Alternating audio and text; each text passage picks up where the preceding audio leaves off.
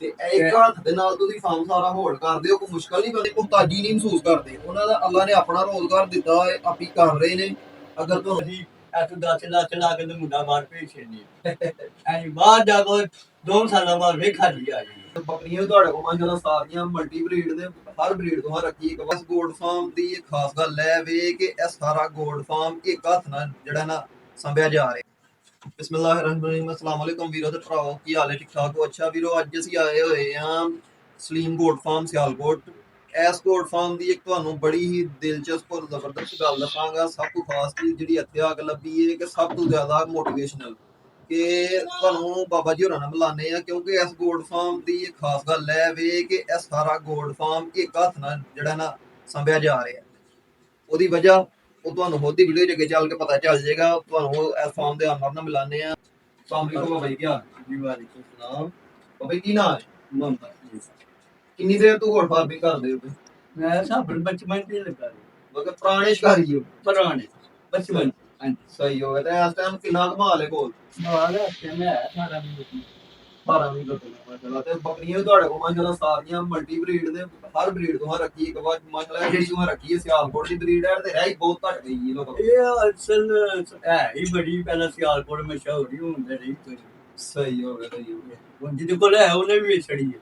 ਆਹੋ ਇਹ ਬਹੁਤ ਘੱਟ ਰਹਿ ਗਈਆਂ ਕਿ ਕੋ ਪੁਰਾਣੇ ਫਾਰਮਾਂ ਕੋ ਜਿਨ੍ਹਾਂ ਕੋ ਕਿਸੇ ਕੋ ਹੈ ਇੱਕ ਦੁਕਾਨ ਉਹਨਾਂ ਕੋਲ ਹੀ, ਨਹੀਂ ਤੇ ਬਹੁਤ ਘੱਟ ਜ਼ਰੂਰ ਹੁੰਦੀ। ਬਸ ਸਾਡੇ ਕੋਲ ਵੀ ਇੱਕੋ ਹੀ ਹੈ ਪੁਰਾਣੀ। ਹਾਂਜੀ ਹਾਂਜੀ ਹਾਂਜੀ, ਸਹੀ ਗੱਲ।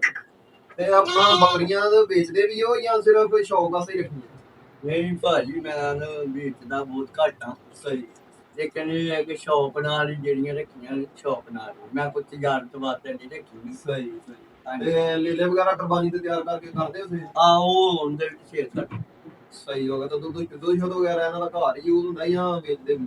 ਨਹੀਂ ਅਸੀਂ ਵੇਚਦੇ ਨਹੀਂ, ਅਸੀਂ ਘਰ ਹੀ use ਕਰਨੇ ਆ। ਪਹਿਲਾਂ ਫਿਰ ਉਹਨਾਂ ਦੇ ਬੱਚੇ ਕਿੰਦੇ ਰਹਿੰਦੇ ਨੇ। ਠੀਕ ਹੋ। ਤੇ ਜੇ ਬੱਚੇ ਕੋਈ ਸੇਲ ਹੋ ਜਾਏ ਤੇ ਫਿਰ ਉਹਦਾ ਜੇ ਘਰ ਲੈ ਜਾਓ। ਅੱਛਾ, ਉਸ ਤੋਂ ਬਾਅਦ ਸਾਡੇ ਭਰਾਵਾਂ ਨੂੰ ਦੱਸੋ, ਕਿਉਂਕਿ ਇਹ ਅਕਸਰ ਮੈਂ ਗੱਲ ਕਰਨਾ ਇਸ ਚੀਜ਼ ਲਈ ਕਿ ਬੜੇ ਸਾਰੇ ਸਾਡੇ ਭਰਾ ਸਾਡੇ ਮਾਸ਼ਰੇ 'ਚ ਇੰਜ ਦੇ ਨੇ ਕਿ ਜਿਹੜੇ ਸਮਝ ਲਓ ਕਿ ਥੋੜਾ ਜਿਹਾ ਕਿਤੇ ਕੋ ਮਾੜੀ ਜਿਹੀ ਉਨੀ ਵੀ ਹੋ ਗਈ ਤਾਂ ਉਹਨਾਂ ਵਿਹਲਿਆਂ ਹੋ ਕੇ ਬਹਿ ਜਾਣਾ ਜਨਾਬ, ਦੂਸਰੇ ਵਾਲ ਪੇ ਤੱਕਣਗੇ, ਕੋਈ ਉਹਨਾਂ ਨੂੰ ਆ ਕੇ ਦੇਈਏ। ਲੇਕਿਨ ਤੁਹਾਡੇ ਵਾਲ ਵੇਖ ਕੇ ਬੜਾ ਸਾਨੂੰ ਖੁਦ ਬੜਾ ਜਿਹਾ ਹੌਸਲਾ ਹੋਇਆ ਚੀਜ਼ ਵੇਖ ਕੇ ਕਿ ਬੰਦਾ ਮਿਹਨਤ ਕਰੇ ਤੇ ਮਿਹਨਤ ਰੰਗ ਲਿਆਉਂਦੀ ਹੈ।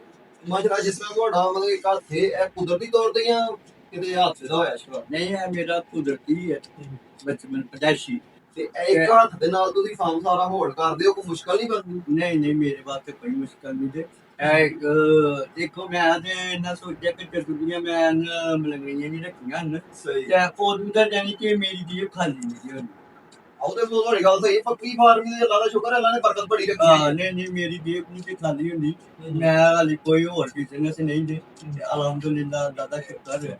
ਮੈਂ ਤੁਹਾਨੂੰ ਇਹ ਗੱਲ ਐਸੀ ਪੁੱਛੀ ਹੈ ਨਾ ਕਿ ਤੁਹਾਨੂੰ ਅੱਗੇ ਜਿਹੜੀ ਗੱਲ ਦੱਸੀ ਕਿ ਬੜੇ ਸਾਰੇ ਲੋਕ ਫਿਰ ਬਹਾਨੇ ਦੇ ਤੌਰ ਤੇ ਆਈ ਜਾਂਦੇ ਤੇ ਹਾਲਾਂਕਿ ਮੇਰੀ ਨਜ਼ਰ 'ਚ ਤੁਸੀਂ ਉਹਨਾਂ ਲੋਕਾਂ ਦੇ ਇੱਕ ਮਿਸਾਲ ਬਣ ਗਏ ਹੋ ਕਿ ਬੰਦੇ ਨੂੰ ਕਿਸੇ ਦਾ ਮੁਹਤਾਜ ਨਹੀਂ ਹੋਣਾ ਚਾਹੀਦਾ, ਬੰਦੇ ਨੂੰ ਹਮੇਸ਼ਾ ਕੁਛ ਨਾ ਕੁਛ ਕਰਦੇ ਰਹਿਣਾ ਚਾਹੀਦਾ।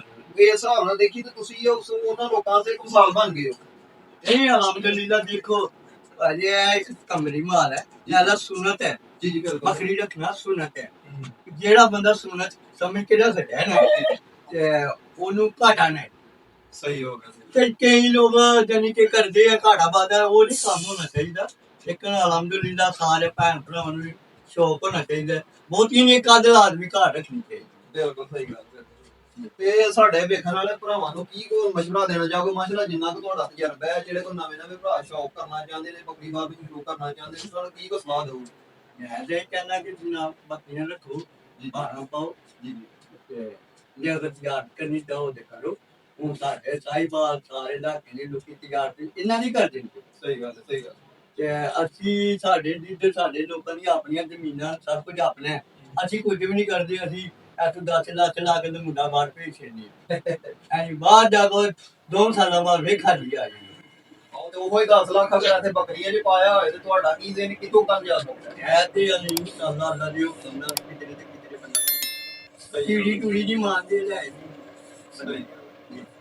ਲੋ ਜੀ ਵੀਡੀਓ ਵੀਰੋ, ਅੱਜ ਤੁਹਾਨੂੰ ਇੱਕ ਮੇਰੀ ਨਜ਼ਰ ਦੇ ਵਿੱਚ ਮੈਂ ਖੁਦ ਬੜਾ ਮੋਟੀਵੇਟ ਹੋਇਆ ਇਹ ਚੀਜ਼ ਦੇਖ ਕੇ। ਤੇ ਇਸ ਵਾਰ ਤੁਹਾਡੇ ਸਾਰੇ ਭਰਾਵਾਂ ਦੇ ਵੀ ਸਬਕ ਕਿ ਵੇਖੋ ਬਾਬਾ ਜੀ ਹੋਰਾਂ ਨੇ ਕੰਮ ਸ਼ੁਰੂ ਕੀਤਾ ਸੀ ਔਰ ਅੱਲਾਹ ਪਾਕ ਨੇ ਇੰਨੀ ਬਰਕਤ ਪਾਈ ਹੋਈ ਕਿ ਸਭ ਤੋਂ ਵੱਡੀ ਚੀਜ਼ ਕੋ ਕਿਸੇ ਦੇ ਮੁਹਤਾਜੀ ਨਹੀਂ ਮਹਿਸੂਸ ਕਰਦੇ। ਉਹਨਾਂ ਦਾ ਅੱਲਾਹ ਨੇ ਆਪਣਾ ਰੋਜ਼ਗਾਰ ਦਿੱਤਾ ਹੈ, ਆਪੀ ਕਰ ਰਹੇ ਨੇ।